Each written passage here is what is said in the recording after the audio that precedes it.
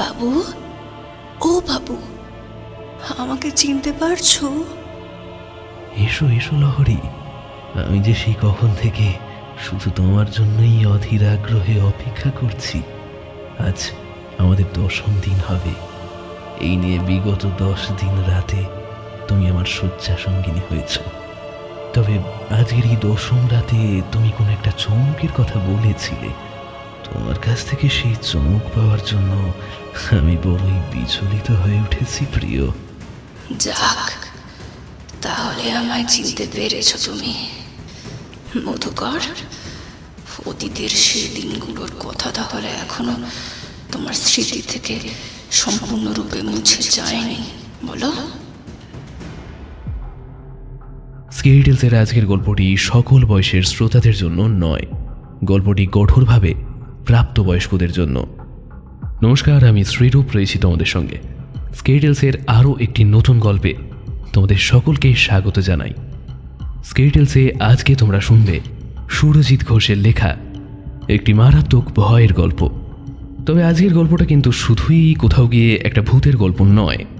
গল্পে ডেফিনেটলি ভূত আছে, কিন্তু তার সঙ্গে কোথাও গিয়ে বর্তমান সময়ে যে সমস্ত ঘটনা আমাদের চোখের সামনে ব্রেকিং নিউজ হয়ে আসছে, যেগুলো আমাদেরকে সত্যিই ভয় দেখাচ্ছে, তার অনুপ্রেরণাও কিন্তু রয়েছে। কারণ বাস্তব জীবনে ভূত ওরকম লাল চোখ আর বড় বড় দাঁত নখ নিয়ে আমাদের ঘাড়ের কাছে এসে আমাদের ভয় দেখায় না। ভয় যেটা দেখায় সেটা বরঞ্চ অন্য কিছু। হরর গল্প মানে কিন্তু সবসময় ভূতের ভয় নয়, অন্য কিছুরও ভয় হতে পারে। সেটা যে আসল কিসের ভয়, সেটা আজকের গল্পটা শুনে তোমরা আমাকে কমেন্ট করে জানাও। আমার আজকের গল্পটা শুরু করার আগে আমি স্কেরি টেলসের এর আগের গল্পে তোমাদের করা কিছু কমেন্টে যাচ্ছি। রানা মণ্ডল লিখছে, দাদা আমি এইবার আর কোনো কথা বলবো না, আমি চাই আমার কমেন্টটা তুমি পড়ো। আমার বাড়ি বনগাঁতে, আমার নাম রানা মণ্ডল। তোমার গল্প শুনতে খুব ভালো লাগে। এতদিন অপেক্ষা করছিলাম যে তোমার গল্প কবে আসবে। মেহেদি রাফি লিখছে, গল্পটা এক কথায় অসাধারণ হয়েছে দাদা। এমনই অ্যাডভেঞ্চারাস হরর গল্প আরও দেবেন আশা করি। আর আমি বাংলাদেশ থেকে শুনছি, অনেক ভালো লাগলো। গেমিং রাজ লিখছে, কিছুদিন আগে গেছিলাম কার্সিয়াং। যদি আগে জানতাম তাহলে এই অহল ধারাতে যেতাম। যেহেতু গেছিলাম সেহেতু গল্পটা অনেক ভালো লাগলো। বৈশাখী দাস লিখছে, খুব খুব খুব সুন্দর লাগছে তোমার এই গল্পগুলো, আমার তো খুব পছন্দ হয়েছে। আমি ইদানিংই তোমার গল্পগুলো শুনেছি, কিন্তু এত পরিমাণে ভালো লেগেছে যে সব গল্পই প্রায় আমার মোটামুটি শেষ হয়ে গেছে। সুস্থ থেকো, ভালো থেকো, এইভাবে আমাদের গল্প শুনিয়ে যেও। আমি এটা অনায়াসে আমাদের পরিবার বলতেই পারি। তো এগুলোই ছিল আমার আজকের কমেন্ট। সবার সব কমেন্ট হয়তো আমি পড়তে পারলাম না, কিন্তু ডেফিনেটলি পরের গল্পে আমি তোমাদের বাকি কমেন্টও পড়ব। তোমরা আমার আজকের গল্পটা কে কোথা থেকে শুনছো আমাকে এক্ষুনি কমেন্ট করে সেটা জানাও। আমার জেনে খুব ভালো লাগবে যে তোমরা কে কোথা থেকে আমার গল্প শোনো। আমার সাথে যদি তোমরা কথা বলতে চাও তাহলে আমায় ইনস্টাগ্রামে মেসেজ করতে পারো। আমার ইনস্টা আইডি ভিডিও ডেসক্রিপশানে আমি দিয়ে রেখেছি, এছাড়া ভিডিওর স্ক্রিনেও দেওয়া আছে। আজকের ইন্ট্রোটাকে আমি আর বেশি বড় করছি না, শুরু করছি স্কেরি টেলসের আজকের গল্প, সুরজিৎ ঘোষের লেখা মধুকর। এই হলো আপনার ঘর। আপনি এখানে যতদিন খুশি থাকতে পারেন। শুধুমাত্র আমার ঘনশ্যাম বাবু মুখের কথা অসমাপ্ত রেখে হাতের ইশারায় বুঝিয়ে দিলেন যে তার কিসের প্রয়োজন। এমন সন্ধ্যার অন্ধকারেও তার দুই চোখের ওপর থাকা ঝাপসা কাচের চশমার মধ্যে থেকে উঁকি দেওয়া সবচেয়ে মনি দুটো কেমন যেন জলজল করছে অপরিসীম লোভে। ঘনশ্যাম বাবুর ইঙ্গিত বুঝতে পেরে বেশ খানিকটা গলা খাঁকারি দিয়ে মধুকর বলল, হ্যাঁ মশাই, বাড়ি ভাড়া নিয়ে আপনাকে কিছু চিন্তা করতে হবে না। আমি এখানে যতদিন রয়েছি তার জন্য উপযুক্ত বাড়ি ভাড়া আপনাকে ঠিকই দেব। এই নিন অগ্রিম বাবদ কিছু টাকা। একথা বলে মধুকর হাতের হ্যান্ডব্যাগের চেইন খুলে বেশ কয়েকটা নোট বের করে তা বাড়িয়ে দিল ঘনশ্যাম বাবুর দিকে। বাজ পাখি যেমন করে শিকার ছিনিয়ে নেয় ঠিক সেরকম ভঙ্গিমায় বুড়োটা টাকাগুলো এক প্রকার ছিনিয়ে নিল। মাত্র কিছুক্ষণের পরিচয় মধুকর একথা খুব ভালোভাবে বুঝতে পেরেছে যে এই ঘনশ্যামবাবু টাকা ছাড়া আর কিছু বোঝেন না, কিন্তু তবুও টাকা পয়সার বিনিময় হলেও তিনি যে তাকে থাকতে দিয়েছেন এই যথেষ্ট। আচ্ছা, এবার তাহলে আমি আসি। আপনি বিশ্রাম নিন, অনেকটা পথ পেরিয়ে এসেছেন। ট্রেনে বাসের ধকলে নিশ্চয়ই বড্ড ক্লান্ত হয়েছেন। আর আপনাকে বিরক্ত করব না। কাল সকালবেলায় এসে বরং আপনার খোঁজ নিয়ে যাব, আর যা সমস্ত কিছু জিনিসপত্রের দরকার সেই সমস্ত কিছু বাজার থেকে কিনে এনে রেখে দেব। রান্নাবান্নার বিষয় নিয়ে আপনি মোটেও কিছু ভাববেন না, ঠিক আছে? আমার বাড়ি থেকে সব খাবার চলে আসবে সময় মতো। আপনি শুধু মুখ ফুটে বলবেন যে আপনি কি খেতে চান, সেই মতোই রান্নাবান্না হবে। ওই যে ওই টেবিলের ওপরে আপনার রাতের খাবার রাখা আছে। ভদ্রলোক সমস্ত কথা গুছিয়ে বলে বিদায় নেওয়ার পর ঘরের দরজাখানা বন্ধ করে দিল মধুকর। সুইচ বোর্ডের বেশ কয়েকটা সুইচ খটাখট শব্দে অন করতেই ঘরের আলো জ্বলে উঠল। সিলিং ফ্যান বন বন করে ঘুরতে লাগল। ঘরটা মাঝারি আয়তনের হলেও বেশ ভালো। ঘরের মাঝ বরাবর একটা ছোট্ট পালঙ্ক রাখা আছে। তাছাড়াও রয়েছে একখানা চেয়ার টেবিল আর নিত্য প্রয়োজনীয় কিছু জিনিসপত্র। নিজের সঙ্গে আনা সমস্ত ব্যাগ ঘরের এক কোণে রেখে টেবিলের সামনে থেকে চেয়ারটা টেনে বেশ আরাম করে বসল মধুকর। মধুকর দেবনাথ বর্তমান সময়ের একজন স্বনামধন্য বাংলা সাহিত্যিক। তার লেখা পড়েনি এমন সাহিত্যপ্রেমী মানুষ নেই বললেই চলে। 8 থেকে 80 সকলেই তার লেখার ভীষণ ভক্ত। মধুকর দেবনাথের বয়স আনুমানিক 30-এর কাছাকাছি, তবে এখনো পর্যন্ত সে অবিবাহিত। ছোটবেলা থেকেই মধুকরের লেখালেখি নিয়ে আগ্রহ ছিল অপরিসীম। তারপর টুকিটাকি লেখালেখি করতে করতেই একদিন সে বেশ জনপ্রিয়তা অর্জন করল। বছরের নানান সময় তার বিভিন্ন লেখা বের হয়। একাধিক নামকরা ম্যাগাজিনে, বইমেলায় তার স্বাক্ষরযুক্ত বই হাতে পাওয়ার জন্য পাঠকের রীতিমতো ভিড় জমে যায়। ভৌতিক বাংলা সাহিত্যের উপর মধুকরের এক অদ্ভুত জোরালো দখল রয়েছে। ছেলেটা এমনভাবে টান টান উত্তেজনায় পরিপূর্ণ হাড় হিম করা ভয়ের আখ্যান লেখে যে পাঠক যেন পড়াকালীন চোখের সামনে সেই ভয়াবহ দৃশ্য দেখতে পায়। সব ঠিকঠাকই চলছিল, কিন্তু হঠাৎ করে মধুকরের এই 2 মাস কি হয়েছে তা সে নিজেও বুঝতে পারছে না। বিগত 2 মাসে একটিও ভালো গল্পের প্লট তার মাথায় আসেনি।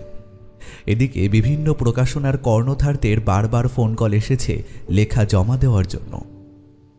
এ যেন ওই মাথার চুল ছেঁড়ার মতন পরিস্থিতি। মধুকর ভীষণ বিরক্ত হয়ে বারবার ফোন করায় বেশ কয়েকজন প্রকাশককে সাফ সাফ জানিয়ে দিয়েছে যে সে আর তাদের সাথে কাজ করবে না, কারণ এরকমভাবে চাপ দিলে কোনো লেখাই তার কলম থেকে বেরোবে না। সে রক্তমাংসে গড়া একজন সাধারণ মানুষ, কোনো অত্যাধুনিক মেশিন নয় যে টাইপ করলেই তা ছাপা হয়ে বেরিয়ে আসবে। তার মস্তিষ্কে যদি ভালো গল্পের প্লট না আসে তাহলে সে লিখবে কোথা থেকে? রাইটার্স ব্লক হতে বাঁচতে অত্যন্ত ঘনিষ্ঠ বন্ধু রূপায়ণের সাথে আলোচনা করে সে শহর থেকে বহু বহু দূরের এই অজপাড়া গাঁয়ে এসে উঠেছে বেশ কিছুদিন একাকী থাকার জন্য।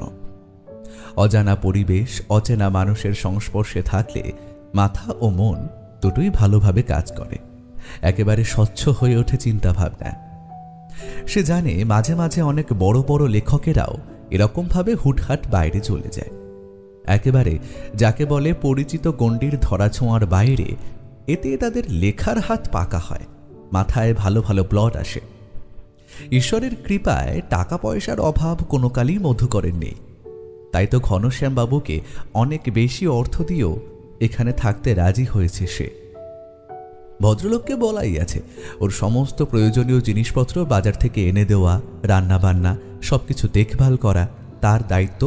বিনিময়ে যা টাকা পয়সা তিনি নেবেন তা মধুকর দিতে রাজি। ফোনের দিকে তাকিয়ে মধুকর দেখল সময় এখন প্রায় 7টার কাছাকাছি। বাড়িতে একবার ফোন করে সে জানিয়ে দিল যে গন্তব্যে পৌঁছে গিয়েছে। একটা মস্ত বড় হাই তুলে মধুকর ক্লান্ত সুরে বলল,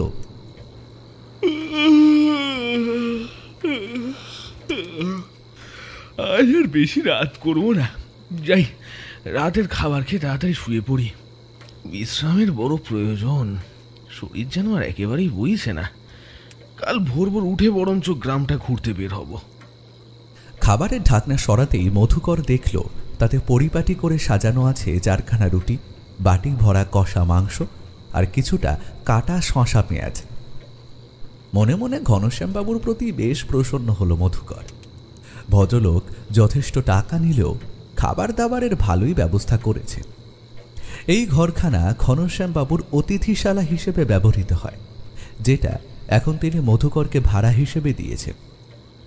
রাতের খাবার সেরে নাইট ল্যাম্প জেলে মধুকর শুয়ে পড়ল।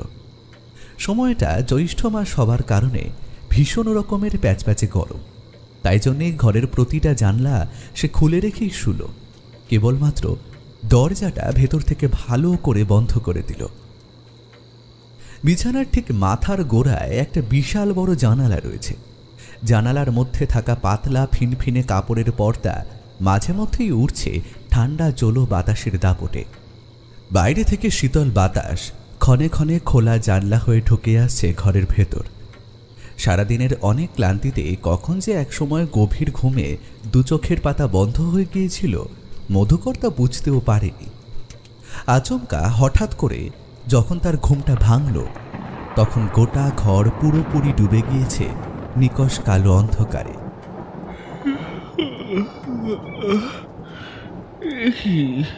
এই যে লোডশেডিং হয়েছে, বাইরে কি ঝড় উঠেছে নাকি?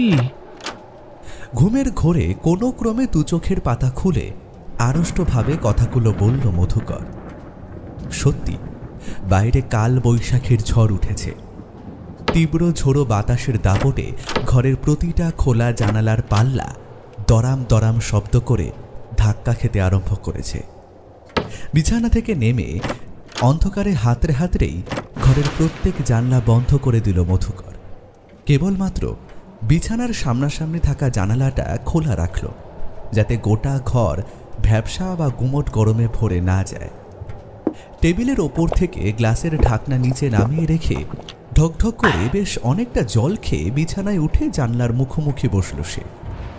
বাইরে যতদূর দৃষ্টি যায় ততদূর কেবলমাত্র অন্ধকার ছাড়া আর কিছু দেখা যায় না। এত গাঢ় কালো অন্ধকারে ডুবে থাকা পরিবেশ এর আগে কখনো মধুকর দেখেনি। সে শহরের ছেলে, বরাবরই ছোট থেকে শহরের ঝলমলে আলোয় ভরা পরিবেশে মানুষ গ্রামের এমন নির্জনতা, এমন নিঝুমতা, বিপুল প্রাকৃতিক দুর্যোগ দেখার সুযোগ তার খুব একটা হয়নি বলা চলে। খোলা জানলার মুখোমুখি বসে মধুকর বিস্ময় ভরা চোখে তাকিয়ে দেখতে লাগল বাইরের অন্ধকারে দাঁড়িয়ে থাকা বিশাল বড় বড় প্রকাণ্ড গগনচুম্বী গাছগুলো কেমন থরথর করে কাঁপতে আরম্ভ করেছে। নারকেল, তাল আর সুপারি গাছের মাথাগুলো ঘড়ির পেন্ডুলামের মতো এমনভাবে দুলছে যেন এক্ষুনি তাদের মাথা ভেঙে আছড়ে পড়বে শটান মাটিতে। সন্ধ্যার সময় মধুকর একবার দেখেছিল এই বাড়িটার পেছনে কেবলমাত্র একটি বড় জলাশয় ছাড়া আর কিছু নেই। পাড়ার একেবারে শেষের দিকে ঘরটি হল ঘনশ্যামবাবুর অতিথিশালা। বেশ কিছুটা সময় ঝড়ের পর এবার শুরু হলো মুষলধারে বর্ষণ। একটানা বৃষ্টির ঝমঝম শব্দ ব্যতীত আর কিছুই শোনা গেল না বাইরের জগৎ হতে। মধুকরের মনে হলো এ যেন আলাদা কোনো পৃথিবীর মুখোমুখি সে বসে রয়েছে। জানলা দিয়ে বাইরের যে তিমিরাচ্ছন্ন বর্ষণ মুখরিত অন্ধকার পরিবেশ সে দেখছে, সেটা বুঝি পৃথিবীর নয়, বরং অন্য কোনো জগতের অংশ। ঘণ্টাখানেক সময় ঝড় বৃষ্টি চলার পর অবশেষে সবকিছু থামল। প্রকৃতি আবার ধীরে ধীরে শান্ত হলো। তবে কারেন্ট আর এলো না। মধুকর জানে এই সমস্ত গ্রামাঞ্চলে এখনও প্রায় রাতের দিকে বিদ্যুৎ চলে যায়, আর একবার বিদ্যুৎ গেলে বাকি রাতে আর তা ফিরে আসে না। বিছানায় শরীরটা এবার টান টান করে মেলে দিল মধুকর। খোলা জানলা দিয়ে ফুরফুর করে শীতল বাতাস ঢুকে আসার কারণে তেমন গরমও করল না। পুনরায় ফের নিশ্চিন্তে ঘুমিয়ে পড়ল সে। কে ওখানে? শেষ রাতের দিকে মধুকরের যখন ঘুমটা পাতলা হয়ে এসেছিল, আচমকা তার মনে হলো খোলা জানলার পেছনে একটা কালো ছায়ামূর্তি যেন এসে দাঁড়িয়েছে চুপি সারে অতীব সন্তর্পণে।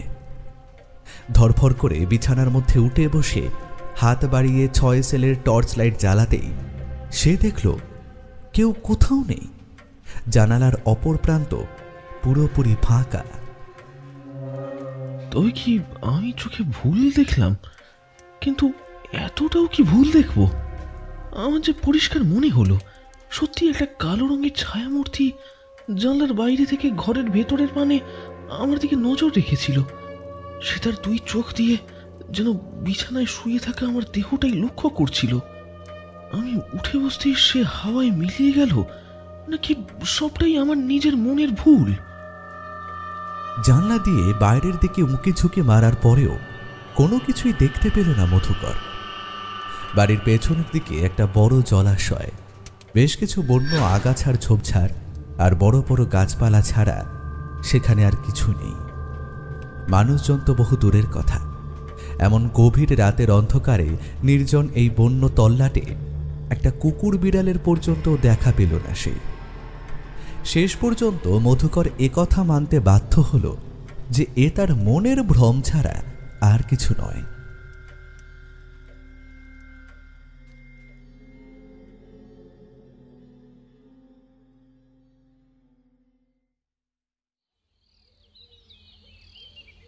পরের দিন খুব ভোর ভোর উঠে গোটা গ্রাম ঘুরে দেখল মধুকর। ভারী ভালো লাগলো তার গ্রামের সরল সাদাসিধে জীবন।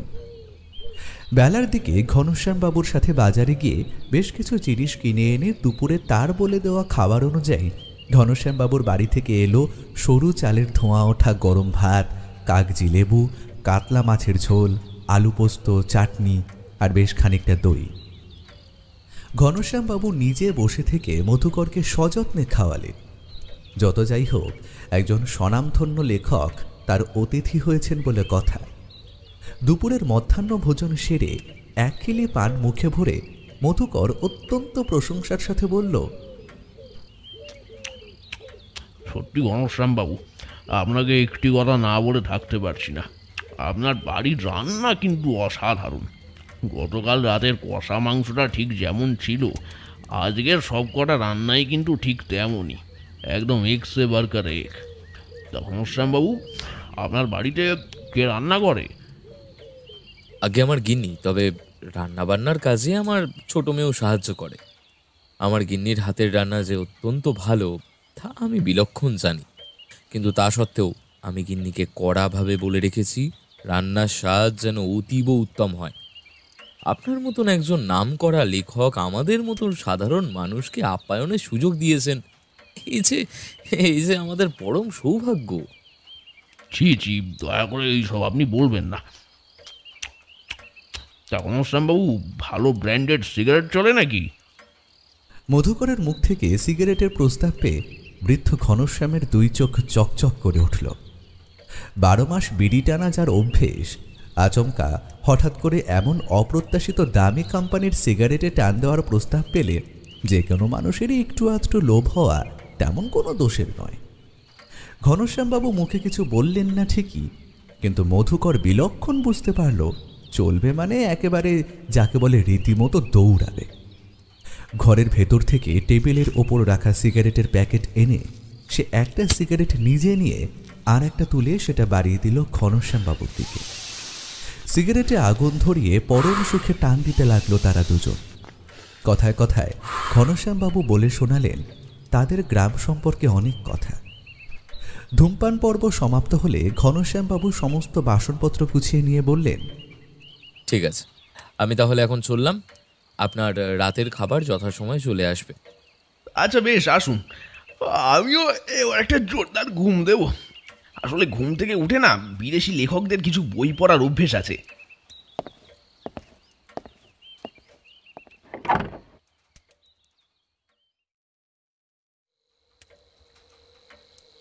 একটানা বেশ কয়েক ঘন্টা ঘুমিয়ে সন্ধ্যার সময় কিছু জনপ্রিয় বিদেশি লেখকের বই খুলে পড়তে বসল মধুকর। রাতের খাবার সময় মতো খেয়ে আবার সে মুখ গুজল বইয়ের পাতায়। ঘড়ির কাঁটা যখন জানান দিল যে রাত্রি এখন 12টার কাছাকাছি, তখন সে আজকের মতন পড়া থামাল। গতকাল রাতে মধুকর টের পেয়েছে এই জায়গাটায় ভয়ানক রকমের মশার উপদ্রব রয়েছে। বাড়ির পেছন পানে ভীষণ বনবাদার এবং বদ্ধ জলাশয় আছে বলেই হয়তো মশার এত বেশি বাড়বাড়ন্ত। ঘুমের মধ্যে আজ সামান্যতম যেন কোনো ব্যাঘাত না ঘটে, সেই কারণে ভালোভাবে মশারি টাঙিয়ে ঘরের লাইট অফ করে শুয়ে পড়ল সে। অথচ তা সত্ত্বেও মধ্যরাতে মধুকরের ঘুম ভাঙল একটা বিজাতীয় খটখট শব্দে। গোটা ঘর তখন অন্ধকারের সমুদ্রে পুরোপুরি তলিয়ে গিয়েছে। কখন যেন বৃষ্টি আরম্ভ হয়েছে বাইরে। টুপটাপ শব্দ কানে আসছে মধুকর। দু চোখ থেকে ঘুমের ঘোর তখনও কাটেনি। সম্পূর্ণ এমতাবস্থায় ঘটল একটা অস্বাভাবিক ঘটনা। ঘরের বন্ধ দরজাটা ক্যাঁচ ক্যাঁচ শব্দ করে খুলে গেল পুরোপুরি হাঁট হয়ে। কোনো ভর দিয়ে অন্ধকারের মধ্যেই বিছানায় উঠে বসল মধুকর। মধুকরের বেশ মনে আছে, রাতে শোবার সময় লাইট নেভানোর আগে ঘরের দরজার আগল ভালোভাবে তুলে দিয়েছিল সে। তাহলে ওই আগল এরকমভাবে আপনা হতে খুলে গেল কি করে?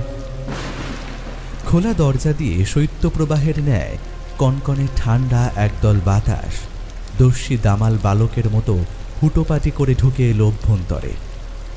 তীব্র শীতল বাতাসের দাবরে মধুকরের শরীরের প্রতিটা লোমকূপ একেবারে খাড়া হয়ে উঠল এক এক করে। দাঁত কপাটি যেন লেগে যাওয়ার জোগাড়। কে ওখানে?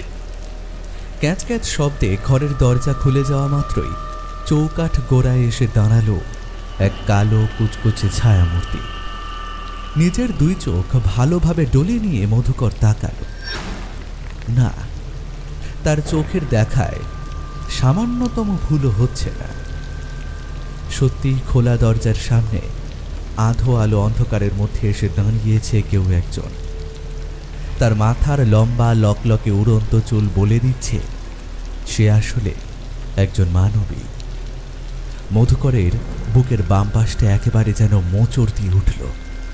নিকষ কালো অন্ধকারের কারণে সেই রমণীর মুখ চোখ বোঝা না গেলেও তার দুই চোখের দৃষ্টি কি আশ্চর্যজনক উজ্জ্বল। জীবিত মানুষের চোখের চাহনি কি এত উজ্জ্বল হতে পারে? রাতের অন্ধকারে হিংস্র শাপত শিকারী প্রাণীর চোখ ঠিক যেরকম জলজল করে, একেবারে সেরকমই উজ্জ্বল হয়ে রয়েছে দুটি সবুজ নীলাভ বর্ণের মণি। রুনুঝুনু শব্দে নুপুর বাজিয়ে ক্রমশ আরো ভেতরে ঢুকে আসছে সেই রহস্যময়ী নারী। এদিকে দরদর করে ঘামতে শুরু করেছে মধুকর। গোটা শরীর জুড়ে যেন একেবারে ঘামের বন্যা বয়ে যাচ্ছে। বুকের বাম দিকটা হাপড়ের মতো ওঠানামা করছে দ্রুত লয়ে। সে আবার প্রশ্ন করল, কে কে তুমি? এমন রাত বিরেতে আমার ঘরে ঢুকে আসছো কেন? মধুকরের বলা একটা কথাও যেন কানে গিয়ে পৌঁছল না সে রহস্যময়ী রমণী। মন্থর গতিতে রুনুঝুনু শব্দে নুপুর বাজিয়ে লাস্যময়ী ভঙ্গিমায় সে ক্রমশ ঢুকে আসতে লাগলো ভেতরে, আরো ভেতরে। মধুকরের ভীষণ ভয় হলো সম্মান হারানোর ভয়, অপমানিত হওয়ার ভয়। হে ভগবান, এ কার পাল্লায় পড়ল সে? এমন রাতের বেলায় গ্রামের লোক যদি একবার জানতে পারে যে ঘরে কোনো মেয়ে মানুষ ঢুকেছে, তাহলে সকলেই তাকেই দোষারোপ করবে। লেখক হিসেবে তার এত সুনাম, দেশ বিদেশ জুড়ে এত খ্যাতি, সবকিছু ধূলিসাৎ হয়ে যাবে নিমেষের মধ্যে। খবরের কাগজের শিরোনামে ছাপা হয়ে বেরোবে তারা নামের কুৎসা। এত বছর ধরে তিলে তিলে অর্জন করা সমস্ত পরিচিতি মুহূর্তের মধ্যে ধ্বংস হয়ে যাবে। মধুকর কিছুতেই বুঝতে পারল না এই পরিস্থিতিতে দাঁড়িয়ে তার ঠিক কী করা উচিত। সে কি চিৎকার করবে? চিৎকার করে কি লোক জড়ো করবে? কিন্তু এই জায়গাটায় মানুষের ঘরবাড়ি নেই বললেই চলে। এমন বৃষ্টির মধ্যে কে তার চিৎকার শুনবে?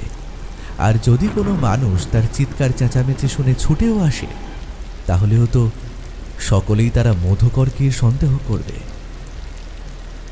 আমার নাম লহরী গো বাবু, লহরী। বিষাক্ত সাপ ছোবল দেওয়ার পূর্বে ঠিক যেরকম হিস হিসে শব্দ করে, ঠিক সেই রকম হিস হিসে গলায় টেনে টেনে কথাগুলো বলল সেই রহস্যময়ী মানবী। এতক্ষণে একেবারে পালঙ্কের নিকটে এসে দাঁড়িয়েছে সে। দীর্ঘক্ষণ একটানা অন্ধকারে থাকার কারণে মধুকরের চোখ বেশ খানিকটা সয়ে এসেছিল এবার।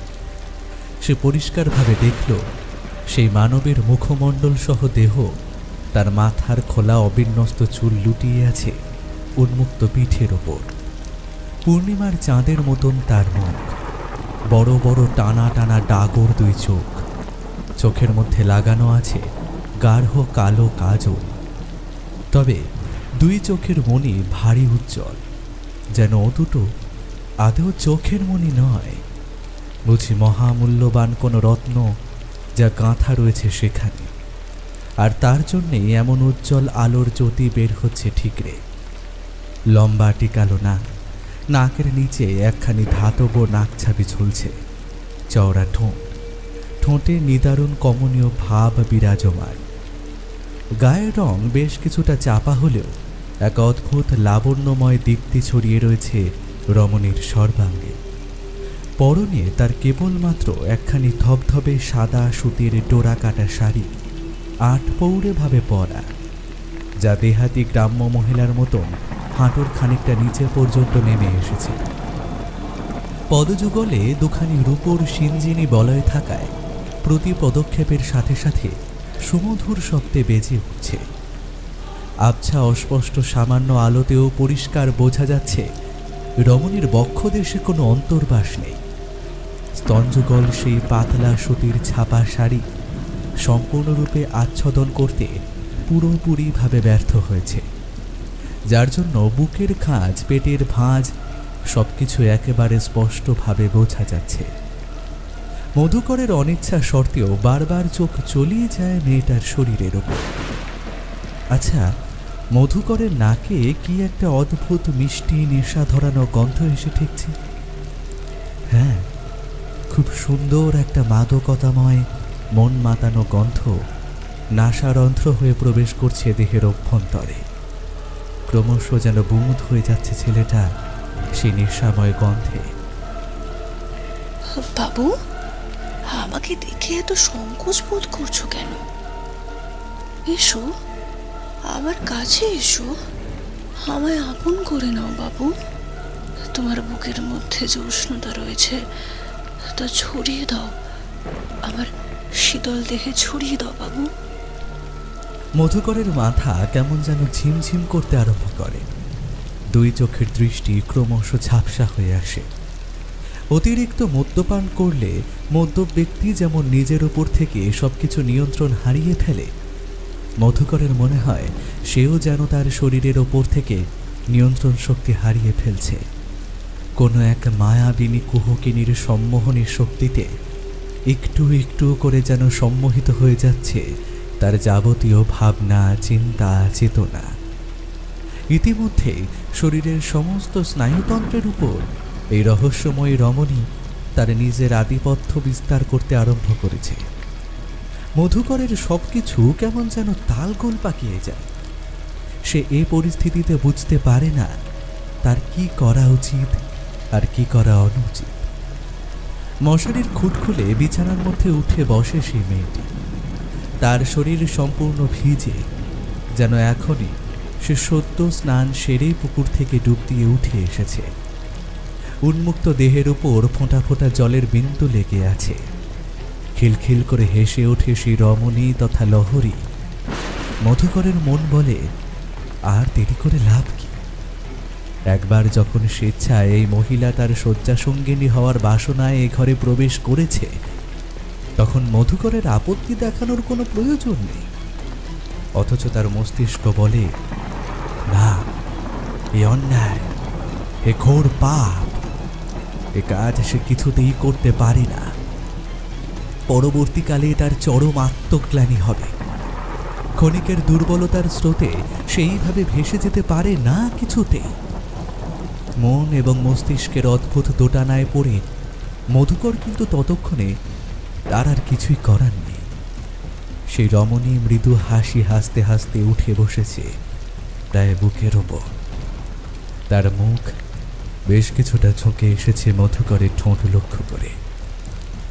রমণীর নিঃশ্বাস বরফের চেয়েও শীতল, কনকনে ঠান্ডা।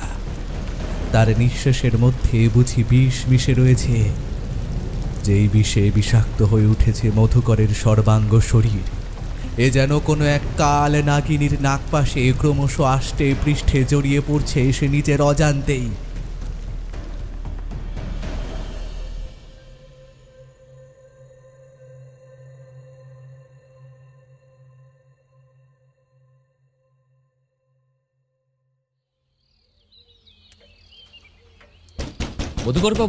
মধুকর বাবু, দরজাটা খুলুন। মধুকরের যখন ঘুম ভাঙল তখন বেলা অনেকখানি। ঘড়ির কাঁটার দিকে তাকিয়ে এসে দেখল সময় প্রায় 10টার কাছাকাছি। ঘরের বন্ধ দরজার অপর প্রান্তে জোরালো শব্দে করাঘাত করে ঘনশ্যামবাবু ডেকে চলেছেন। কোনো রকমে মধুকর বিছানা থেকে উঠে ঘরের দরজা খুলতেই ঘনশ্যামবাবু ভেতরে ঢুকে এলেন। হাতে তার একটা বড় চায়ের কেটলি, কিছুটা চিনি এবং কাপ ডিশ। কি ব্যাপার মশাই, আজ এত বেলা পর্যন্ত ঘুমালেন যে? কাল অনেক রাত পর্যন্ত পড়াশোনা করেছেন আশা করি। আপনার চায়ের কেটলিটা এখানে এই টেবিলের ওপর। মুখের কথা অসমাপ্ত রেখে ঘনশ্যামবাবু মধুকরের দিকে তাকাতে তার সব কথা যেন মুখের মধ্যেই আটকে গেল। বেশ কিছুটা সময় মধুকরের দিকে হতভম্বের ন্যায় তাকিয়ে থেকে তিনি খানিকটা আমতা আমতা করেই বললেন, আপনার চোখ মুখের এই অবস্থা হয়েছে কেন? কাল রাতে কি সঠিকভাবে ঘুম হয়নি নাকি নাকি মানে কোনো সমস্যা হয়েছে নাকি? ঘনশ্যামবাবুর প্রশ্নে বেশ খানিকটা থতমত খেল মধুকর। গতকাল রাতে কি ঘটেছে কি ঘটেনি এখনো পর্যন্ত সবটা তার নিজের কাছেই কেমন যেন ধোঁয়াশা হয়ে রয়েছে। সে কেবলমাত্র কোনো রকমের জবাবে বলল, আগে না না, তেমন কোনো সমস্যার বিষয় নয়। আসলে কাল অনেক রাত পর্যন্ত লেখালেখির জন্য জেগেছিলাম তো, তাই জন্যই আজ খানিকটা বেলা অবধি ঘুমালাম আর কি। ও আচ্ছা, বেশ ঠিক আছে, আপনি ফ্রেশ হয়ে চাটা খেয়ে নিন। আমি এখন তাহলে চললুম, দুপুরবেলায় এসে আপনার খাবার দিয়ে যাব। ঘনশ্যামবাবু চলে যেতেই চোখে মুখে জল দিয়ে চেয়ার টেনে তার উপর ক্লান্ত শরীরটা একেবারে মেলে দিল মধুকর। উষ্ণ ধুমায়িত চায়ের পেয়ালায় একটা লম্বা চুমুক দিয়ে বেশ আরাম বোধ করল। গতকাল রাতে ঠিক কি ঘটেছিল এক এক করে সে সমস্ত ঘটনার ছবি তার মস্তিষ্কের মধ্যে রঙিন দৃশ্যপটের মতন ভেসে উঠতে লাগল। সমস্ত ঘটনার কথা ভালোভাবে ভাববার পরে মধুকরের মনে সবচেয়ে আগে যে প্রশ্নের সৃষ্টি হলো তা হলো, দরজা বন্ধ ঘরের ভেতর একজন মেয়ে মানুষ ঢুকে আসতে পারবে কি করে? চায়ের কাপ টেবিলের উপর নামিয়ে রেখে মধুকর তাড়াতাড়ি ঘরের দরজাটা ভালোভাবে একবার বন্ধ করে দিল, ঠিক গতকাল রাতে যেরকম বন্ধ করেছিল। তারপর অনেকক্ষণ ভালো করে পর্যবেক্ষণ ও পরীক্ষা করে দেখল যে এই দরজা কিছুতেই বাইরে থেকে খোলার কোনো উপায় নেই।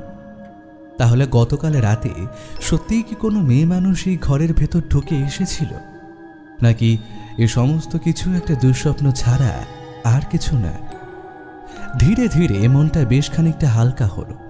মধুকর বুঝতে পারল গতকাল রাতে একটা ভয়ানক রকমের দুঃস্বপ্ন ছাড়া সে আর কিচ্ছু দেখেনি। তবে আজ ঘনশ্যামবাবুকে বলে একখানি হ্যারিকেনের ব্যবস্থা করতেই হবে। প্রতিদিন রাত হলেই ঝড় বৃষ্টির ফলে লোডশেডিং হয়ে যাচ্ছে, সুতরাং অন্ধকারের মধ্যে ঘুমোতে হচ্ছে তাকে। অন্ধকারে রাত কাটানোর অভ্যেস মধুকরের একেবারেই নেই বলা চলে। তাই হয়তো এমন বিচিত্র দুঃস্বপ্ন তার ঘুমে হানা দিয়েছে। যেমন ভাবনা ঠিক তেমনই কাজ।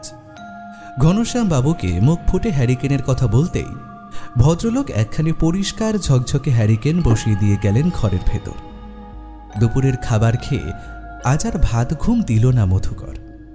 একেবারে রাতের বেলায় তাড়াতাড়ি খেয়ে শুয়ে পড়বে। এমনিতেও কাল অনেক রাত পর্যন্ত জেগে আর ঘুম আসতে চাইছিল না কিছুতেই। এই এক বড় সমস্যা। তার থেকে ভালো সন্ধ্যাবেলায় চটজলদি কিছু খাবার দাবার খেয়ে তাড়াতাড়ি বিছানায় উঠবে। একটা গভীর ঘুম দিলেই হবে, তবেই তার শরীর আবার আগের মতন চাঙ্গা হবে। সন্ধ্যায় 8:30টার সময় ডিনার কমপ্লিট করে শুয়ে পড়ল মধুকর। তবে আজ শোবার আগে ঘরের এক কোণে সে জ্বালিয়ে রাখল হ্যারিকেনটা, যাতে রাতের বেলায় কারেন্ট চলে গেলেও এই গোটা ঘর আলোকিত করে রাখে। মধুকর মনে মনে ভাবল একেবারে সকাল হলে তবেই ঘুম ভাঙবে। কিন্তু হায়, তখনও সে জানত না গভীর রাতে তার জন্য ঠিক কী অপেক্ষা করে রয়েছে। এই গন্ধটা কিসের?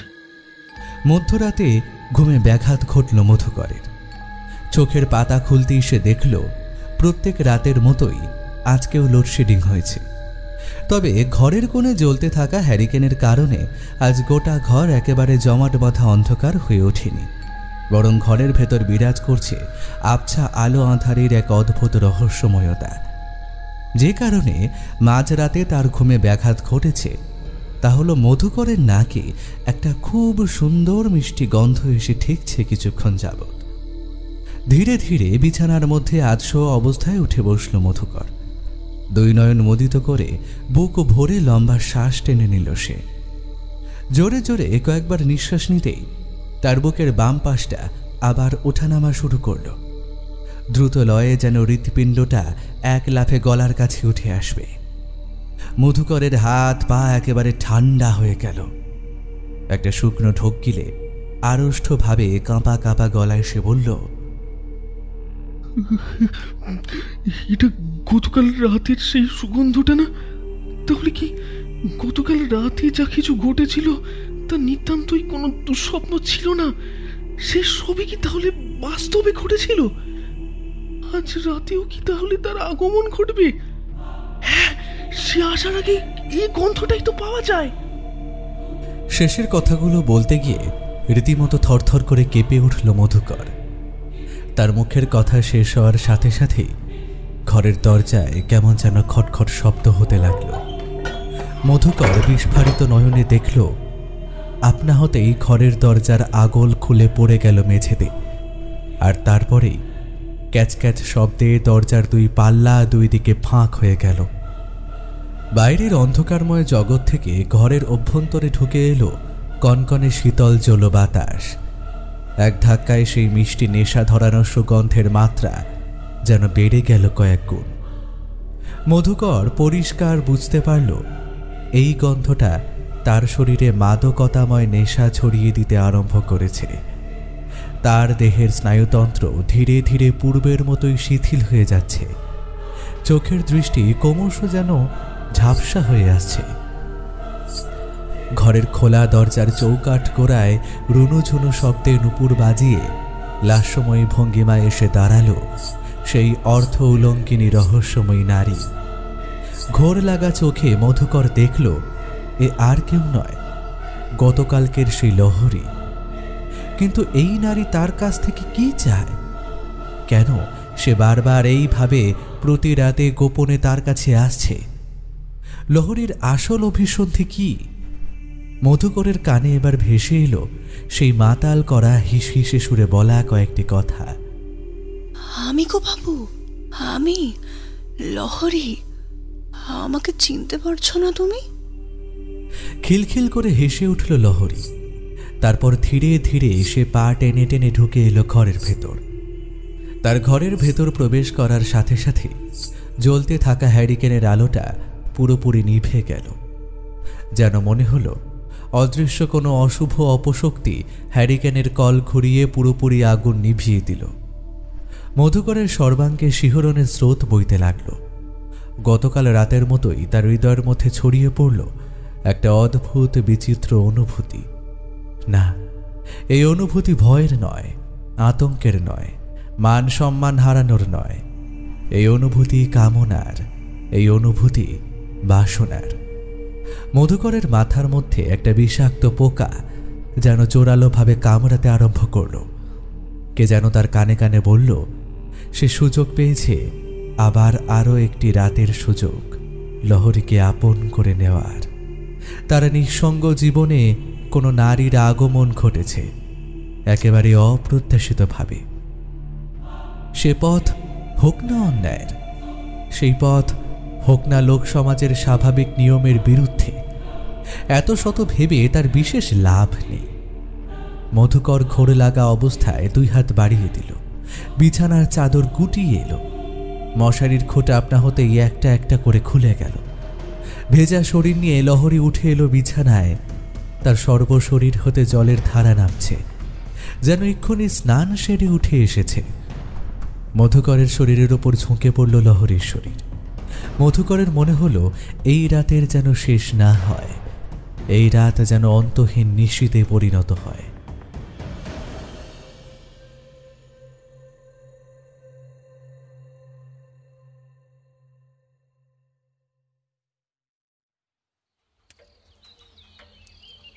যদি কিছু মনে না করেন তাহলে ছোট মুখে একটা বড় কথা বলি। আচ্ছা, আপনার কি এখানে থাকতে কোনো সমস্যা হচ্ছে? তাহলে আমায় বলতে পারেন। যে কোনো সমস্যা যা কিছু, দয়া করে আমার কাছে সেটি গোপন করবেন না।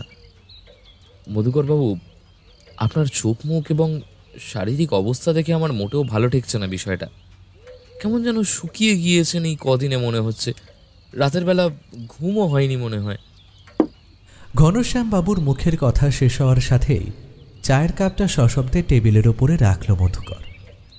টকটকে লাল দুই চোখ নিয়ে সে তাকালো বাড়ির মালিকের দিকে। ভাবখানা এমন যেন চোখের দ্বারাই সে পুরোপুরি ভস্মীভূত করে দেবে বৃদ্ধ ঘনশ্যাম বাবুকে।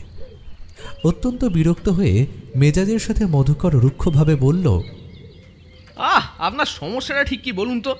এই কয়েকদিনে আমার কাছে তো কম টাকা আপনি নেননি, তারপরেও আমার এখানে থাকা নিয়ে আপনার তো এত আপত্তি থাকার কথা নয়। ঘনশ্যামবাবু, আপনি হয়তো ভুলে যাচ্ছেন আমি কোনো সাধারণ মানুষ নয়, তাই আমার সাথে একটু পরের বার থেকে সমঝে কিন্তু কথা বলবেন। নিজের কানকেই যেন বিশ্বাস করতে পারছিলেন না বৃদ্ধ ঘনশ্যাম বাবু। প্রথম দিন তার সাথে যে লেখক মধুকর দেবনাথের পরিচয় হয়েছিল, আর আজকের প্রায় এক সপ্তাহ এখানে থাকার পর যাকে তিনি দেখছেন, সে মোটেও এক মানুষ হতে পারে না। মধুকর দেবনাথের এমন খারাপ ব্যবহার তিনি এর আগে লক্ষ্য করেননি কখনো। তার বলা প্রতিটা কথা বৃদ্ধ প্রবীণ মানুষটার সোজা বুকের মধ্যে গিয়ে যেন ধাক্কা মারল। ঘনশ্যাম বাবুর দুই চোখের কোণে জল চিকচিক করে উঠল। তিনি নিজেকে সামলে নিয়ে কেবলমাত্র একটি কথাই বললেন, ও হ্যাঁ, আপনি ঠিক বলেছেন। আপনার সাথে আমার শুধুমাত্র টাকারই তো সম্পর্ক। হ্যাঁ, আপনি আমাকে টাকা দিয়েছেন, তার বিনিময়ে আমি আপনাকে থাকার জন্য এই বাড়িটা দিয়েছি। কিন্তু তাহলেও সব কিছু তো এই টাকার ওপর নির্ভর করে না, তাই না? হ্যাঁ, আমি জানি মানুষ হিসাবে আমি খুব একটা সুবিধার নই। অঢেল টাকা পেলে আমি সব কাজ করতে পারি, কিন্তু তবুও আপনি আমার প্রায় সন্তান সমতুল্য। তাই জন্যই আপনাকে সাবধান করার আমার একটা কর্তব্যের মধ্যেই পড়ে, এই আর কি। ঘনশ্যাম বাবু বেরিয়ে যেতেই দরাম শব্দে তার মুখের উপর দরজাটা বন্ধ করে দিল মধুকর। তার মতে ভদ্রলোক খালি বকবক ছাড়া আর কিছু পারেন না। মাথা যেন একেবারে গরম হয়ে যায় তার জ্ঞানের বাণী শুনলে। মধুকরের দুই চোখে এখন শুধুমাত্র লহরীর মুখ ভাসছে। আজ কতদিন একটানা নিদ্রাহীন অবস্থায় রয়েছে তা তার নিজেরও হিসেব নেই। প্রতিটা দিন কোনো রকমে কাটিয়ে সে শুধুমাত্র অপেক্ষা করে লহরীর জন্য। সন্ধ্যার পর থেকে সে অধীর আগ্রহে বিছানায় বসে থাকে, কখন মধ্যরাত হলে চুপিসারে লহরী আসবে তার ঘরে। মেয়েটার কোমল শরীরের আকর্ষণ যে কি মারাত্মক, সাংঘাতিক, তা শুধুমাত্র যে পেয়েছে সেই বুঝেছে। লহরীর কথা ছাড়া মধুকরের মাথায় এখন আর কিছুই আসে না। উঠতে বসতে খেতে শুতে কেবলমাত্র লহরীর মুখটাই বারবার ভেসে ওঠে। আজ একটানা 9 দিন সে প্রতি রাতে মিলিত হচ্ছে লহরীর সাথে। তবে লহরী বলেছে আজকের রাতে কিছু একটা চমক রয়েছে তার জন্য। তাই তো মধুকরের মেজাজ এরকম তিরিক্ষি হয়ে আছে। যতক্ষণ না রাত হচ্ছে ততক্ষণ পর্যন্ত তার শান্তি নেই। মধুকরের বারবার কেবলমাত্র একটা কথাই মনে হচ্ছে, কি চমক রয়েছে আজকের রাতে? লহরী কি এমন জিনিস দেখাবে বা বলবে যার জন্য সে পুরোপুরি চমকে যেতে পারে?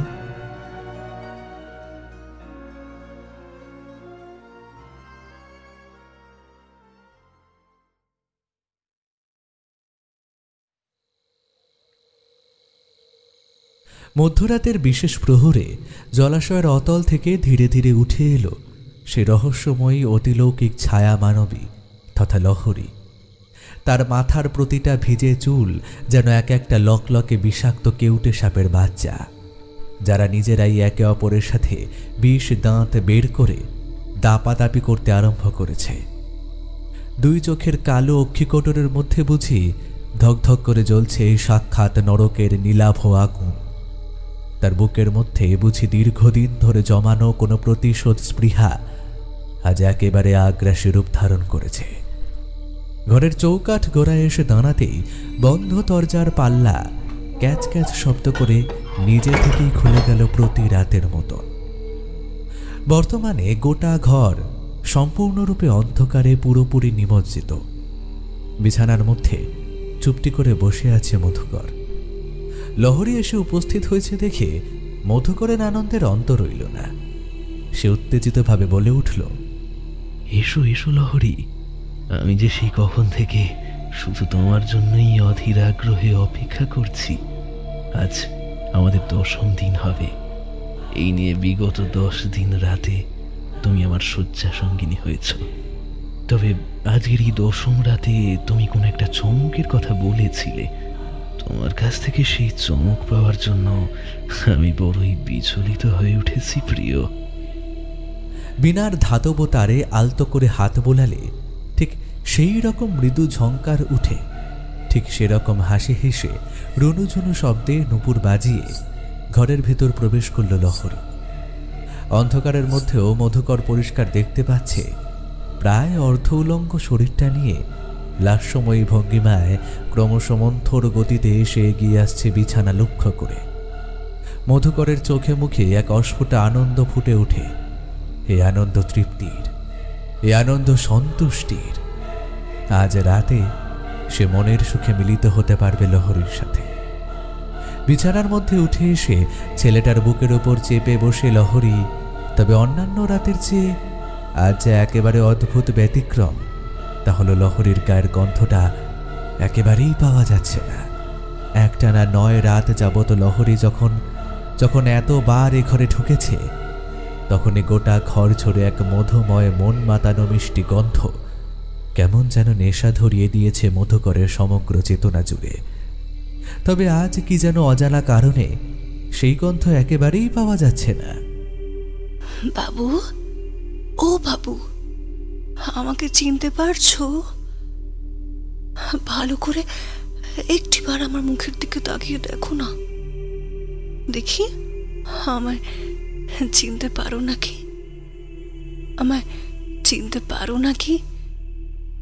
মধুকরের দুই চোখ আজ বিন্দুমাত্র ঘোর লেগে আতবোঝা না হওয়ায় সে সম্পূর্ণ সজ্ঞানে ভালোভাবে তাকিয়ে দেখল লহরীর মুখমণ্ডল আর ঠিক এমতাবস্থায় ঘটল সেই চরম ভয়ানক ভীতিপ্রদ লোমহর্ষক ঘটনা। লহরীর মুখের মধ্যে সমস্ত চামড়ার আস্তরণ খোলসের মতো খসে পড়ে অন্য আরেকটা মুখ বেরিয়ে এলো তার ভেতর থেকে। সাপ যেমন নির্দিষ্ট সময় চক্রের পর নিজের খোলস পরিত্যাগ করে, লহরী যেন ঠিক সেরকমই এক পদ্ধতি অবলম্বনের মাধ্যমে মুখ পুরোপুরি বদলে ফেলল। তবে এবার মধুকর বিস্ফারিত নয়নে যাকে দেখল, তাতে সত্যিই তার আত্মারা একেবারে খাঁচা ছাড়া হওয়ার মতন উপক্রম হলো। রীতিমতো আঁতকে উঠল ছেলেটা। হাতের তালু পায়ের পাতা দরদর করে ঘেমে উঠল। মধুকর লাফ দিয়ে উঠে পড়তেই যাচ্ছিল, কিন্তু লহরী তার পেটের উপর বসে থাকার কারণে সে এতটুকু নড়াচড়া অবধি করতে পারল না। খিলখিল করে হেসে লহরী বলল, যাক, তাহলে আমায় চিনতে পেরেছো তুমি মধুকর। অতীতের সেই দিনগুলোর কথা তাহলে এখনো তোমার স্মৃতি থেকে সম্পূর্ণরূপে মুছে যায়নি, বলো? এখনো ভুলে যাওনি সবটা? ভালো। না না না, এই কিছুতেই হতে পারে না। আমি তো শুনেছিলাম শ্রাবন্তী নাকি কিভাবে আত্মহত্যা করে মারা গিয়েছে। আজ এখানে এতগুলো বছর পর সেই শ্রাবন্তী কি করে ফিরে আসবে? আমি 8 বছর আগে মারা গিয়েছি ঠিকই, তবে আজও মুক্তি পাইনি। তোমাকে নিজের হাতে শাস্তি দেবার বাসনা আমাকে মুক্তি পেতে দেয়নি, কারণ কোনো আত্মাই মনের মধ্যে অতৃপ্ত আশা নিয়ে মুক্তি পেতে পারে না। তাই আমারও মুক্তি ঘটেনি আজও। আমি জানতাম মধুকর, আমি জানতাম একদিন তোমার অদৃষ্ট ঠিকই তোমাকে টেনে আনবে আমার কাছে। দেখো আজ তোমার নিয়তি তোমায় কোথায় টেনে এনেছে। মধুকর, মনে পড়ে তোমার?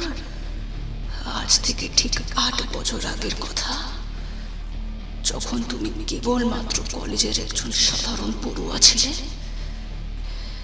লেখক হিসেবে সেই সবে মাত্র টুকিটাকি লেখালেখি শুরু করেছ। একদিন হঠাৎ করে আমার সাথে তোমার দেখা হলো।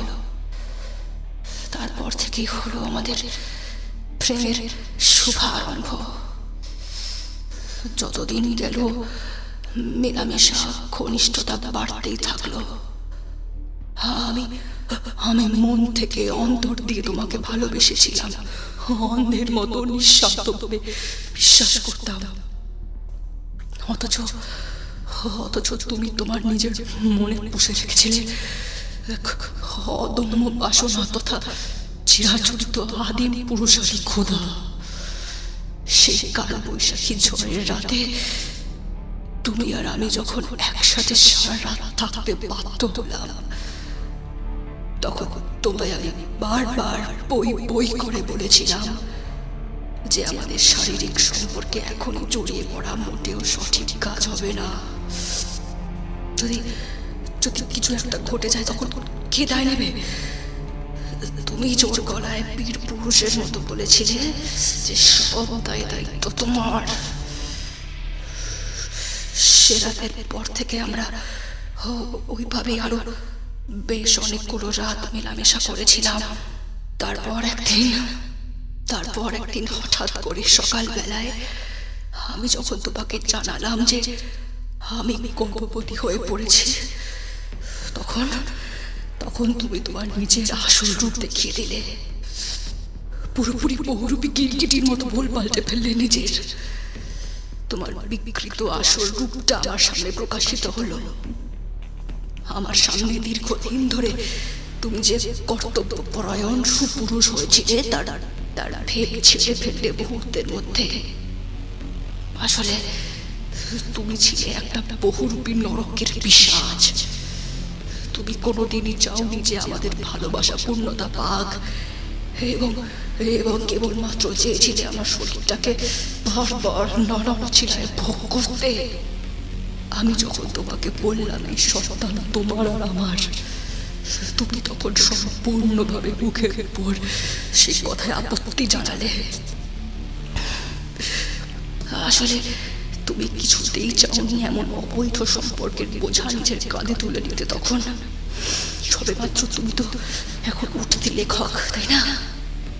একজন উঠতি লেখক হিসেবে নিজের আত্মপ্রকাশ আরম্ভ করেছ একটু একটু করে। তোমার ক্যারিয়ার, তোমার জীবন সবে শুরু হয়েছে। সেই সময় এমন একটা খবর যদি 5 কান হয়ে যেত, তাহলে তোমার ক্যারিয়ার পুরোপুরি শেষ। এই ভয়টাই তো তুমি পেয়েছিলে, তাই তো? আমাকে অস্বীকার করে কুকুরের মতো দাঁড়িয়ে দিয়েছিলে নিজের বাড়ি থেকে। আমি অসহায় হয়ে ফিরে এসেছিলাম আমার গ্রামে। হ্যাঁ, এটাই হলো আমার গ্রাম, আমার পাড়া। এখানে এসেও আমি শান্তি পেলাম না। ওই যে কথায় বলে না, সত্য খানিকটা পদ্মের মতোই, তাকে যতই চাপা দেওয়ার চেষ্টা করো অযথা, সে একদিন না একদিন ঠিকই নিজের পাপড়ি পুষ্পিত করবে। ধীরে ধীরে আমার শারীরিক অবস্থা দেখে আমার পরিবারের মানুষেরা বুঝতে পারছিল যে আমি শহরে পড়তে গিয়ে মুখ পুড়িয়ে বাড়ি এসেছি। পাড়া প্রতিবেশীর মুখ থেকে শুরু করে আশেপাশের এলাকায় বাতাসে ভেসে গেল এই খবর। এই সংক্রান্ত খবর দাবানলের চেয়েও বেশি তাড়াতাড়ি ছড়িয়ে পড়ে। আমার এখানে থাকা ক্রমে দুর্দায় হয়ে উঠল। গোটা গ্রামের মানুষ আমাকে নানান রকমের অপমান করলো, আমার নামে নিন্দে বন্ধ করলো। মানুষজন শুধু আমাকে নয়, আমার পরিবারের কাউকে ছাড়লো না। গ্রামের মাতব্বরেরা সিদ্ধান্ত নিল, আমার মতো কলঙ্কিনী মেয়েকে যদি বাড়িতে রাখা হয় তাহলে আমার বাড়ির প্রতিটা মানুষ এক ঘরে হবে, চিরকালের জন্য এক ঘরে হবে। অথচ আমি যে অন্য কোথাও চলে যাব সে উপায় আমার কাছে ছিল না। তার জন্যই বাধ্য হলাম নিজের জীবনের কাটায় দিতে। বাড়ির পিছনে যে মস্ত বড় জলাশয়টা দেখছো, সেই জলাশয়ে এক গভীর রাতে গলায় কলসি বেঁধে ডুবে মরেছিলাম আমি। তখন আমি 7 মাসের পোয়াতি। আমার পেটে এই জায়গাটায়, ঠিক এই জায়গাটায় একটু একটু করে বড় হচ্ছিল তোমার অনবস্ত সন্তান। অথচ তুমি সেই সন্তানকে অস্বীকার করেছিলে। আমি জানতাম যে চরম পাপ তুমি করেছো, সেই পাপের শাস্তি ঈশ্বর তোমাকে কখনো না কখনো ঠিক দেবেন। তোমার অদৃষ্ট তোমায় আজ টেনে এনেছে আমার হাতের নাগালে। এটাই হয়তো তোমার ভবিতব্য ছিল মধুকর।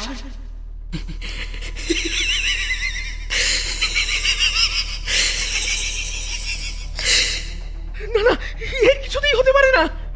নিজের কানকে যেন নিজেই বিশ্বাস করতে পারছিল না মধুকর। 8 বছর আগে যে মেয়েটা মারা গিয়েছিল সে আজ হঠাৎ বেঁচে ফিরে এলো কি করে? বাস্তবেও কি সম্ভব?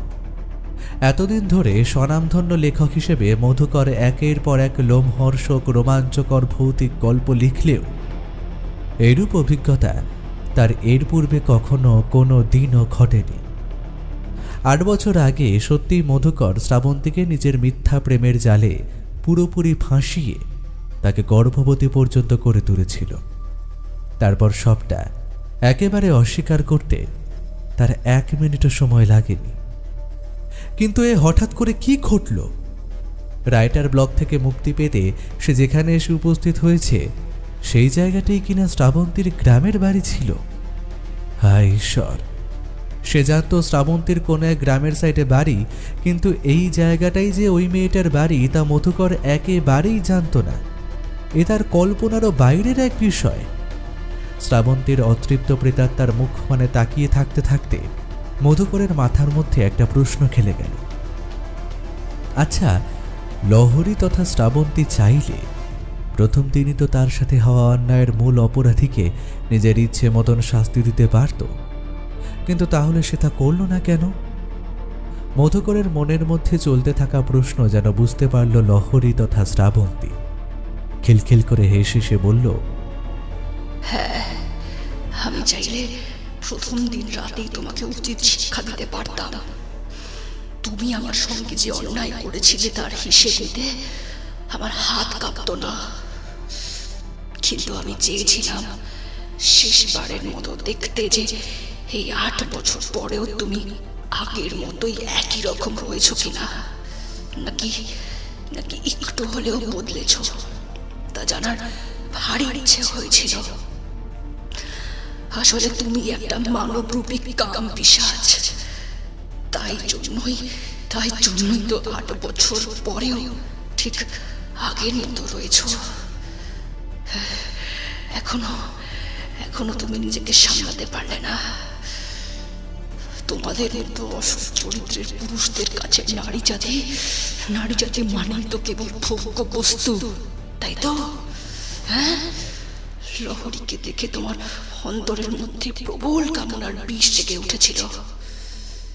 আমি ইচ্ছে করি লহরীর রূপ ধরে তোমার কাছে এসেছিলাম, যাতে আমি বুঝতে পারি তোমার কেমন চারিত্রিক উন্নতি ঘটেছে। দেখলাম না, তোমার চরিত্র ঠিক যেই রকম ছিল একেবারে তাই রয়ে গিয়েছে। বাংলায় একটা প্রবাদ আছে না, কয়লাকে যতই ধোয়া হোক না কেন তার ময়লা কখনো যায় না। তোমার মনের মধ্যেও সেই ময়লা রয়েছে মধুকর। বাইরে থেকে তুমি যতই পরিপাটি ভদ্রলোক হয়ে যাও না কেন, যতই মার্জিত হয়ে যাও না কেন, তুমি ভেতরে ভেতরে আস্ত একটা শয়তান, নরকের কীটের চেয়ে অধম তুমি। আমাকে ক্ষমা করে দাও, আমাকে ক্ষমা করে দাও, আমাকে মেরো না, আমি তোমার পা ধরে ক্ষমা চাইছি, আমাকে ক্ষমা করে দাও, মেরো না আমায়। জড়ানো গলায় আড়ষ্টভাবে মারাত্মক ভয়ে মৃগী রোগীর মতো থরথর করে কাঁপতে কাঁপতে কথাগুলো বলল মধুকর। তার কথা শুনে শ্রাবন্তীর অতৃপ্ত প্রেতাত্মা পিশাচিনীর ন্যায় খলখল করে এমন অট্টহাসি হেসে উঠল যেন মধুকর নিতান্তই রসিকতার কোনো কথা বলে ফেলেছে। তোমার মতো পাষণ্ড পাপিষ্টের কোনো ক্ষমা হয় না। তোমার কারণে আমার জীবনটা অকালে শেষ হয়ে গিয়েছে। আমার বাবা, আমার পরিবারের বাকি সকল মানুষদের অনেক দুর্ভোগের শিকার হতে হয়েছে তোমার জন্য। আজ তোমাকে নিজের জীবনের বিনিময়ে নিজের করা যাবতীয় অন্যায় প্রায়শ্চিত্ত করতে হবে।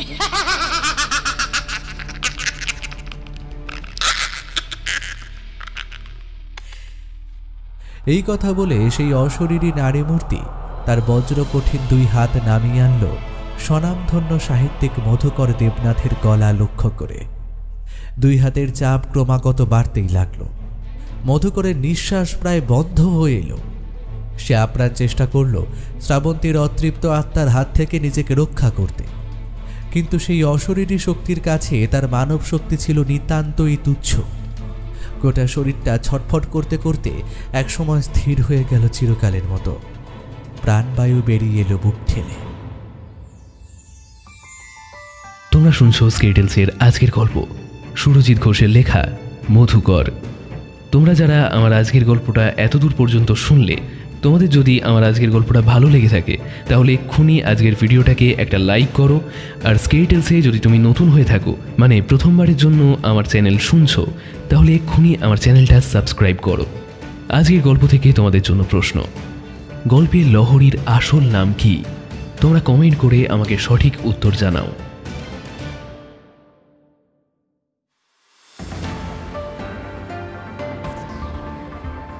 নমস্কার, আমি সুরভি আপনাদের সাথে রয়েছি সংবাদ সফর চ্যানেলের পক্ষ থেকে। এই মুহূর্তের সবচেয়ে বড় চাঞ্চল্যকর সংবাদ হলো বিশিষ্ট বাংলা সাহিত্যিক মধুকর দেবনাথের আশ্চর্যজনক মৃত্যু। হ্যাঁ, আপনারা একেবারে সঠিক শুনেছেন। বিশিষ্ট সাহিত্যিক মধুকর দেবনাথ বর্তমানে আর আমাদের মাঝে নেই। সূত্রের খবর অনুযায়ী যেটুকু জানা যাচ্ছে তাতে তিনি রাইটার্স ব্লক কাটাতে নিজ বসত বাড়ি ছেড়ে বহু দূরের এই গ্রামে এসেছিলেন এবং এখানে প্রায় 10 দিন মতো একটানা ছিলেন। তবে গতকাল রাতে এখানে থাকাকালীন ঘটে গিয়েছে একটা আশ্চর্যজনক ঘটনা। আজ ভোরবেলায় ঘরের দরজা ভেঙে উদ্ধার করা হয়েছে তার মর্মান্তিক মৃতদেহ। পুলিশের তদন্ত অনুযায়ী যেটুকু জানা গিয়েছে তাতে এই মৃত্যু ভীষণ রহস্যময়। খুনি এতটুকু সূত্র ফেলে যায়নি। মৃত্যুর চক্র অনেক বড়। আশ্চর্যজনক ঘরের দরজা ভেতর থেকে বন্ধ ছিল। তাহলে আততায়ী পালালো কিভাবে? এই প্রশ্নটাই এখন সবচেয়ে বড় প্রশ্ন হয়ে গিয়ে দাঁড়িয়েছে। মধুকর দেবনাথের শরীরে হত্যাকারীর কোনো চিহ্ন পাওয়া যায়নি। এমনকি তার শরীরে বিষক্রিয়াও যদি ঘটে তাহলে কিভাবে যে মৃত্যু ঘটল তা সত্যিই এখনো পর্যন্ত জানা যায়নি। এই মুহূর্তে আমরা দাঁড়িয়ে রয়েছি একেবারে সেইখানে যেখানে মধুকর দেবনাথ 10 দিন ধরে ছিলেন। আপনাদের সরাসরি লাইভের মাধ্যমে দেখাচ্ছি। এই হলো সেই ঘর। আমরা ঘরের মালিক শ্রী ঘনশ্যাম বাবুর সাথে একটু কথা বলবো। নমস্কার ঘনশ্যাম বাবু, আমি সুরভি, রয়েছি সংবাদ সফর চ্যানেলের পক্ষ থেকে। আপনি যদি আমাদের গোটা বিষয়টা একটু বলতেন তাহলে খুব ভালো হতো। নমস্কার, আমি ঘনশ্যাম ঘোষাল। হ্যাঁ, এই বাড়ির মালিক। আমার কাছ থেকে অর্থের বিনিময়ে বেশ কয়েকটা দিন থাকার জন্য লেখক মধুকর বাবু এ বাড়ি ভাড়া নিয়েছিলেন। তার এই মৃত্যু দেখে আমিও পুরোপুরি স্তম্ভিত হয়ে গিয়েছি। আমার মাথার মধ্যে কিছু ঢুকছে না। তবে হ্যাঁ, তার কথাবার্তা, আচার আচরণ, সকল কিছুতেই আমি অনেকটা পরিবর্তন লক্ষ্য করেছিলাম। এর থেকে বেশি এই মুহূর্তে আমার পক্ষে কিছুই বলা সম্ভব নয়। আপনারা যেমন এই মৃত্যুর কারণ হিসেবে কিছু খুঁজে পাচ্ছেন না, আমিও ঠিক তেমনই একটা সাধারণ মানুষ হয়ে কিচ্ছু বুঝতে পারছি না। গোটা বিষয়টা আমাদের কাছে পুরোপুরি ধোঁয়াশা হয়ে গিয়েছে। সকাল থেকে আমাকে পুলিশ বেশ কয়েকবার জেরা করেছে। আমি তাদের যা জানাবার তা জানিয়েছি ইতিমধ্যেই। আচ্ছা ঘনশ্যাম বাবু, আপনার কাছে আমাদের শেষ প্রশ্ন। শুনলাম ঘরের দরজা ভেতর থেকে বন্ধ ছিল। তাহলে কে প্রথম বুঝতে পারলো যে ঘরে কিছু একটা ঘটেছে? আগে আমি প্রতিদিন সকালে মধুকর বাবুর জন্য চা বাড়ির থেকে আনতাম। রোজকার মতো আজ চা এনেছিলাম, কিন্তু বহুবার ডাকাডাকি করার পরেও তিনি দরজা খুললেন না। প্রথমে ভাবলাম কাল অনেক রাত পর্যন্ত লেখালেখি কিংবা পড়াশোনা করেছেন, তাই হয়তো গভীর ঘুমে আচ্ছন্ন। এরকমটা প্রায়ই হতো। তিনি একদম সকালবেলায় উঠতে পারতেন না, খুব বেলা পর্যন্ত ঘুমোতেন। যেন মনে হতো প্রতিদিন ভদ্রলোক কোনো কারণে রাত জাগেন, শেষ রাতের দিকে বোধহয় ঘুমান, তাই জন্যই বেলা পর্যন্ত গভীর ঘুমে আচ্ছন্ন থাকেন। কিন্তু আজকে যখন ডাকাডাকির মাত্রা পুরোপুরি সবকিছু ছাড়িয়ে গেল, তখন আর আমি স্থির থাকতে পারিনি। আমার ভীষণ রকমের চিন্তা হচ্ছিল, তাই কিছু স্থানীয় লোকজনকে ডেকে ঘরের দরজা ভেঙে তারপর দেখি এই অবস্থা। আপনাকে অনেক ধন্যবাদ আমাদের সাথে কথা বলার জন্য। তাহলে এতক্ষণ ধরে আমাদের মাধ্যমে সকলে শুনলেন বাড়ির মালিক ঘনশ্যাম বাবুর কথা। মধুকর দেবনাথের মৃত্যুতে গোটা সাহিত্য সমাজ পুরোপুরি থমকে গিয়েছে। তবে এবার আপনাদের জানিয়ে রাখি সবচেয়ে চমকপ্রদ একটি খবর।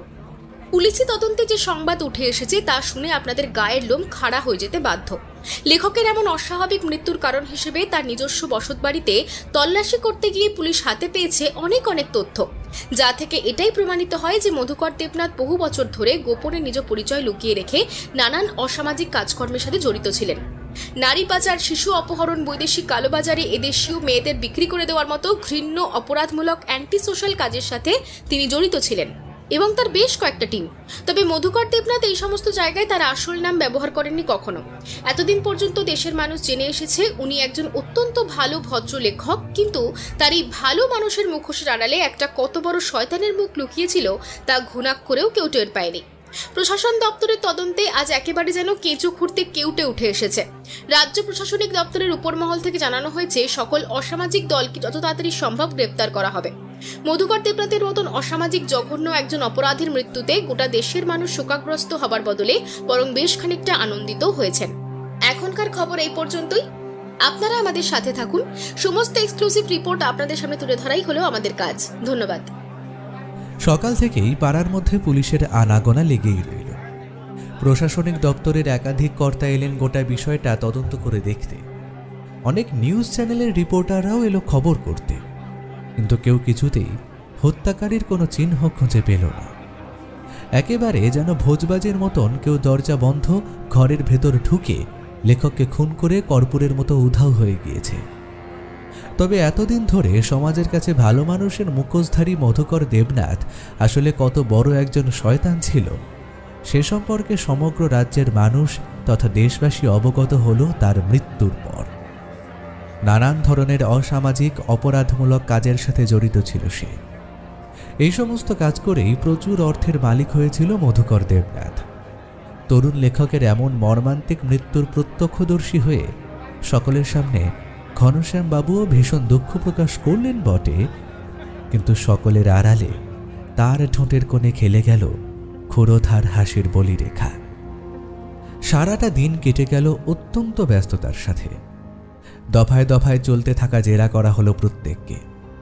তবে সন্ধ্যার অন্ধকার নামার পর পরিস্থিতি কিছুটা হলেও স্বাভাবিক হলো। লেখকের মৃতদেহ পোস্টমর্টেম করে তা পাঠানো হলো শহরের উদ্দেশ্যে। গভীর রাতে ভাড়া বাড়ির পেছনে থাকা জলাশয়ের ধারে এসে দাঁড়ালেন একজন বৃদ্ধ স্থানীয় পুরুষ মানুষ।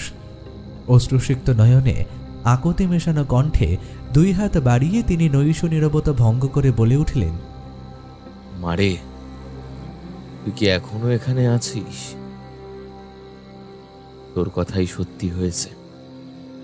তোর সাথে যে শয়তানটা চরম অন্যায় করেছিল, যার প্রতিবাদ আমরা কেউ করতে পারিনি, আজ স্বয়ং ঈশ্বর তাকে দিয়েই তার উপযুক্ত শাস্তি দিলেন। আমি একজন অসহায় পিতা হয়ে তোর সেই অন্তিম পরিণতি কিছুতেই সহ্য করতে পারিনি রে। আজও আমার দু চোখের সামনে ভেসে ওঠে এই পুকুরের জল থেকে উদ্ধার করা তোর ফুলে ফেঁপে ওঠা সে কলসি বাঁধা মৃতদেহটা। আমি তোর বাবা হয়ে বলছি, আমি জানতাম ঠিক একদিন না একদিন তুই নিজের অপরাধীকে শাস্তি দিতে পারবি। আমি ওই শয়তানটাকে বলেছিলাম বটে এখান থেকে চলে যাওয়ার কথা, কিন্তু আমি জানতাম সে কিছুতেই যেতে পারবে না। তাই জন্য তো তোর কাছে আমি কেবলমাত্র এই বাড়ির মালিক হয়ে ছিলাম রে, শ্রাবন্তীর বাবা হিসেবে নয়। মধুকর দেবনাথের জঘন্য অশেষ লালসাই তার মৃত্যুর কারণ হলো। অবশ্য এতে বেশ ভালোই হলো, সমাজ খানিকটা দূষণ মুক্ত হলো। তার মতো অপরাধীর বেঁচে থাকার কোনো অধিকার নেই। শেষের কথাগুলো বলে চোখের জল মুছে শটান উঠে দাঁড়ালেন বৃদ্ধ ঘনশ্যামবাবু। আজ দীর্ঘ 8 বছর পর তার বুকের মধ্যে জ্বলতে থাকা প্রতিশোধের আগুন নিভল। পেছন ফিরে হাঁটতে আরম্ভ করলেন তিনি। বহু বছর পর অবশেষে আজ একটু শান্তিতে ঘুমোতে পারবেন। বিশাল বড় সে জলাশয়ের কালো কুচকুচে জলের অতল থেকে উঠে এলো বেশ কিছু বুদবুদ। একটা কালো কুচকুচে মুখ ধীরে ধীরে উকি মারল জলের উপরিতলে। যে মুখমণ্ডলে চোখ, মুখ, নাক বলতে আলাদা করে কিছুই বোঝা যায় না, শুধুমাত্র মনের জায়গায় যেন নীলাভ বর্ণের দুটি রত্ন গাঁথা আছে, যার থেকে ঠিকরে বেরিয়ে আসছে উজ্জ্বল মায়াবী আলোর জ্যোতি।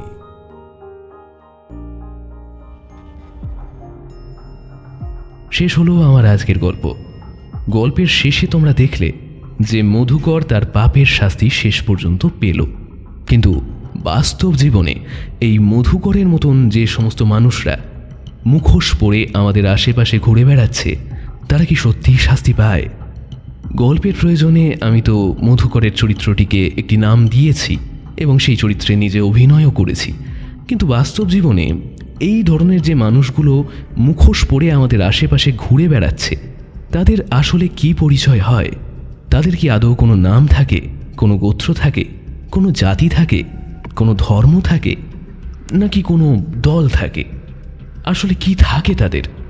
আমার তো মনে হয় শুধুমাত্র অপরাধ থাকে। তোমাদের এই বিষয়ে কি মনে হয়? আজকের গল্প রচনায় ছিল সুরজিৎ ঘোষ, গল্প পাঠে ছিল শুভ, সুরভির চরিত্রে ছিল বর্ণালী, লহরীর চরিত্রে ছিল মহুয়া, ঘনশ্যামের চরিত্রে ছিল সৌরভ রায় এবং মধুকরের চরিত্রে ছিলাম আমি শ্রীরূপ। গল্পের সাউন্ড ডিজাইনে ছিল 62 FPS স্টুডিও। গল্পের পোস্টার ডিজাইন এবং সমগ্র পরিকল্পনা ও পরিচালনায় ছিলাম আমি শ্রীরূপ। তাহলে আজকের মতন এখানেই শেষ করছি। খুব তাড়াতাড়ি তোমাদের জন্য আবার নতুন গল্প নিয়ে ফিরব।